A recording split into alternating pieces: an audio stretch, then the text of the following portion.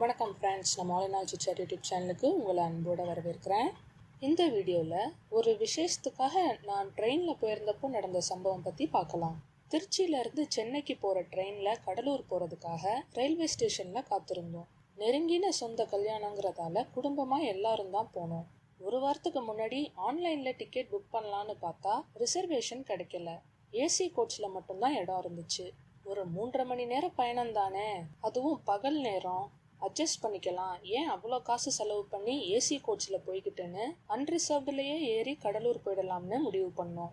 சரியா 10:30க்கு ட்ரெயின் வந்துச்சு. லக்கேஜோட தள்ளு முள்ளுக்கு நடுவில் எப்படியோ எல்லாரும் ஏறிட்டோம்.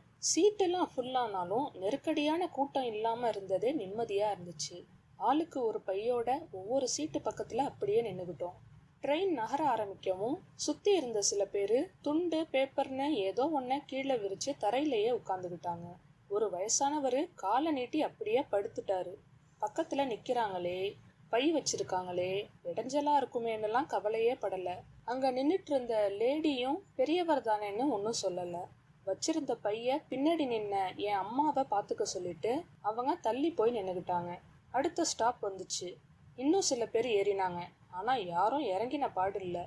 நானும் தம்பியும் அடுத்தடுத்து ஸ்டாப் வர வர அம்மா அப்பாவை முதல்ல உட்கார வைக்க சீட்டு கிடைக்குதான்னு மாற்றி மாற்றி பார்த்துக்கிட்டு இருந்தோம். அப்போது எனக்கு முன்னாடி ஒரு ஆள் மட்டும் உட்கார்ற சீட்டில் இருந்த ஒருத்தர், நான் அடுத்து இறங்கிடுவேன், நீங்கள் உட்காந்துக்கோங்கன்னு சொன்னார். அவருக்கு ஒரு நன்றியை சொல்லி அம்மாவை நான் கூப்பிட்டு அந்த சீட்டுக்கிட்ட நிற்க வச்சேன். பைய பார்த்துக்க சொன்ன லேடி நகர்ந்து அம்மா நின்ன இடத்துல போய் நின்றுக்கிட்டாங்க. ட்ரெயின் ஏறின 3/4 மணி நேரம் கழிச்சு இடம் கிடச்சி அம்மா உட்கார்ந்தாங்க. அப்புறம் அப்பா லக்கேஜ் வைக்கிற பர்த்தில் இடம் கிடைக்க பையோட அங்கே ஏறி உட்காந்துக்கிட்டாங்க. அடுத்த ஊர் வர வர கூட்டம் அதிகமாகி நிற்கவே சிரமப்படுற மாதிரி ஆனது. ஏன்னா கீழே உட்காந்துருந்த சில பேரால, அதோட பையங்க வேற. இதுக்கு நடுவில் சுண்டல் முறுக்கு விற்கிறவங்க, கொய்யாப்பழம் விற்கிறவங்க, காஃபி டீன்னு வியாபாரம் பார்க்குறவங்களும் அப்பப்போ இங்கே அங்கன்னு வந்து போயிட்டு இருந்தாங்க. இவ்வளோ கலைபரத்துக்கு மத்தியிலும் தரையில் படுத்திருந்த தாத்தா அசையவே இல்லை. நல்லா தூங்கிட்டு இருந்தாரு. அதே போல சீட்ல இருந்த பாதி பேரு சுற்றத்தை மறந்து குனிஞ்ச தலை நிமிராம உட்கார்ந்துருந்தாங்க. வேற என்ன, செல்லுதான் காதுல மாட்டிக்கிட்டு கையில உள்ள போனையே உத்து பார்த்துக்கிட்டு வந்தாங்க. எவ்வளோ நேரம்தான் ஒரே இடத்துல நிக்கிறது, உட்கார்ந்துருந்தாலாச்சு ஜன்னல் வழியா வேடிக்கை பார்க்கலாம்னு நினைச்சிட்டு இருந்தப்போ என் இடது பக்கத்துல 5 பேர் உட்கார்ந்துருந்த சீட்ல 2 பேரு எழுந்தாங்க. அப்பாடான்னு அவங்களுக்கு வழி விட்டுட்டு உட்கார போனா எனக்கு பின்னாடி நின்ன ஒரு ஆளும் பக்கத்துல உட்கார வந்தாரு. நான் தயங்கி நிக்கவும், என்னாச்சு உட்காருங்க, எனக்கு இவ்வளோ இடம் போதும்னு சொல்லிட்டு உட்கார்ந்தாரு.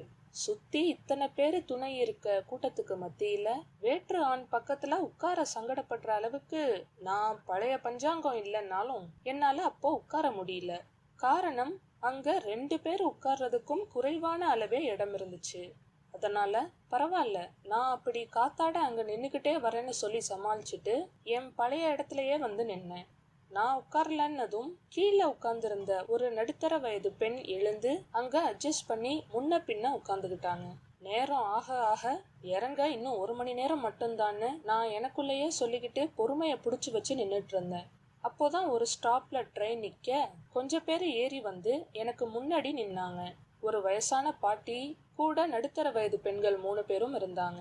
அதுல ஒரு பெண்ணோட குரல் பக்கத்து கம்பார்ட்மெண்ட்ல உள்ளவங்களையும் என்ன சத்தம்னு எட்டி பார்க்க ஒண்ணு கூட்டி அழைச்சிட்டு வந்துடும் போல. தரையில படுத்து தூங்கிட்டு இருந்த தாத்தாவே முழிச்சிட்டாருன்னா பாத்துக்கோங்களேன்.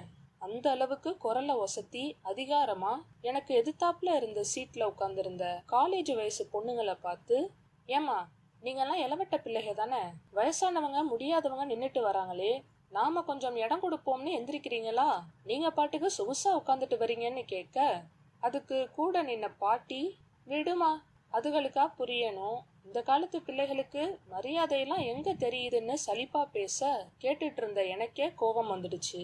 கேட்கறதே ஒரு உதவி, அதையும் எப்படி இவ்வளோ ஆர்ப்பாட்டமா எடக்கு மடக்கா கேட்கறாங்கன்னு யோசிச்சுக்கிட்டே நடக்கிறத பார்த்தேன். சுத்தி உள்ள எல்லாரும் கூட அந்த பொம்பளையோட சத்தத்துல காலேஜ் பொண்ணுங்களையே பார்க்க அதுங்களும் பாவம் பயந்து எந்திரிக்க போனாங்க.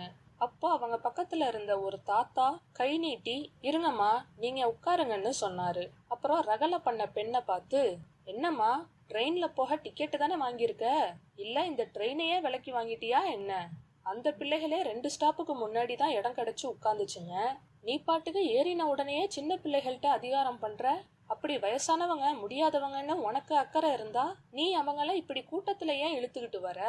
ஒய்யாரமா காரு வச்சு கூட்டிட்டு போக வேண்டியதானேன்னு பெரியவர் கோபமா பேச, அந்த பொம்பளை ஒரு பதிலும் சொல்லாம, இந்தா நீ இப்படி வா உட்காருன்னு கீழே அந்த பாட்டிய பிடிச்சு உட்கார வச்சாங்க. அப்போ எனக்கு பின்னாடி ஒரு குரல் முணுமுணுத்துச்சு, பா பாட்டி பார்க்க தான் பாவம், ஆனா என்ன பேச்சு, கூட இருக்க அந்த பொம்பளைய முதல்ல சொல்லணும்னு. எனக்கும் அதே எண்ணம் தான். அன்ரிசர்வ்டு கம்பார்ட்மெண்ட்னாலே முன்ன பின்ன தான் இருக்கும், அட்ஜஸ்ட் பண்ணி போகணும், எல்லாம் சரிதான். ஆனா பேசுற முறைன்னு ஒண்ணு இருக்கே. ட்ரெயின்ல ஏறின உடனே அடாவடி பண்ணாம பொறுமையா இருந்திருந்தா வயசான பாட்டி நிக்கிறாங்களேன்னு உட்கார்ந்திருந்த யாராச்சும் தானா எழுந்து அவங்களாவே இடம் கொடுத்திருப்பாங்க. ஆனா அந்த வம்புக்கார பெண்ணும் அவங்க நடத்தையால எல்லாம் கெடுத்துக்கிட்டாங்க. பிறகு ஒரு வழியா நாங்க இறங்க வேண்டிய இடமும் வர அந்த ரகல பெண்ணை திரும்பி பார்த்தேன். கையில இருந்த போன்ல ஏதோ ஒரு சீரியலை அலற விட்டு பாட்டியோட சேர்ந்து பார்த்துக்கிட்டு இருந்தாங்க. இதுக்கு தான் இவ்வளோ அலப்பறையான நினச்சிக்கிட்டே ட்ரெயினை விட்டு இறங்கினேன். Thank you friends.